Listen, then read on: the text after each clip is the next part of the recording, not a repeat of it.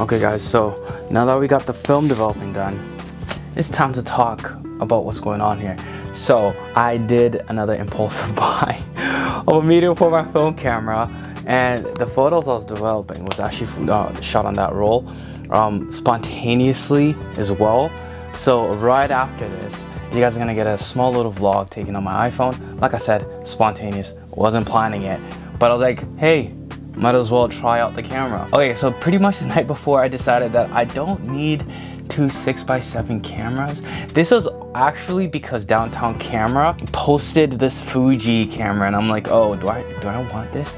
And then I was like, you know what, let me bring my RB67 in, because I don't really need two 6x7s. But I was also thinking that I want to offer something to you guys that is also a bit different from just the RZ or 6x6 Hasselblad. I wanted to offer something a bit more affordable as compared to all those other cameras, but and also a different format for anybody that is interested in it.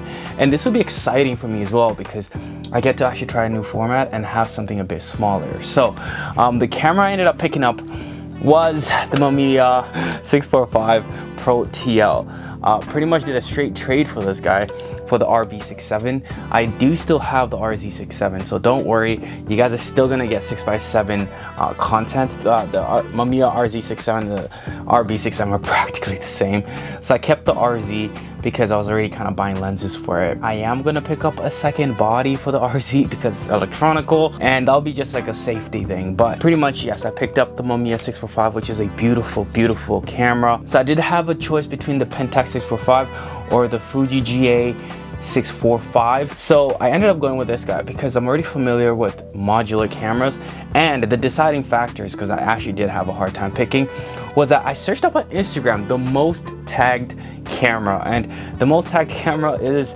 actually the Mamiya 645. So I wanted to offer something that everybody kind of is also familiar with. Yeah, so I picked up this guy. It's a very modular camera.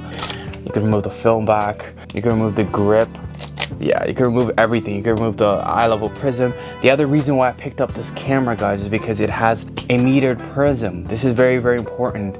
I like to sometimes just go out and just shoot street photography, just like what you guys are gonna see when I was going on a walk with my friends, just taking photographs. I like doing that sometimes without just taking portraiture or fashion or editorials. So I do like just grabbing my camera and go, and this is literally making that a very fun experience. Shooting it for the first time, first impressions, really beautiful.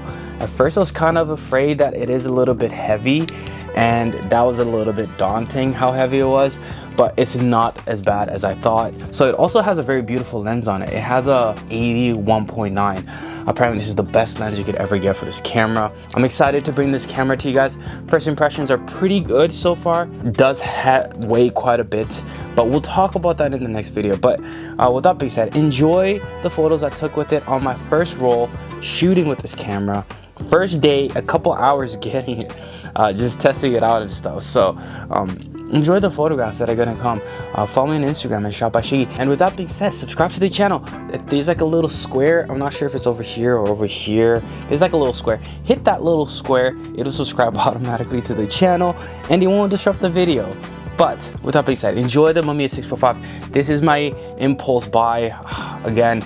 So yes, expect content, especially with this guy, because he's pretty light and he's not the RZ. So yeah.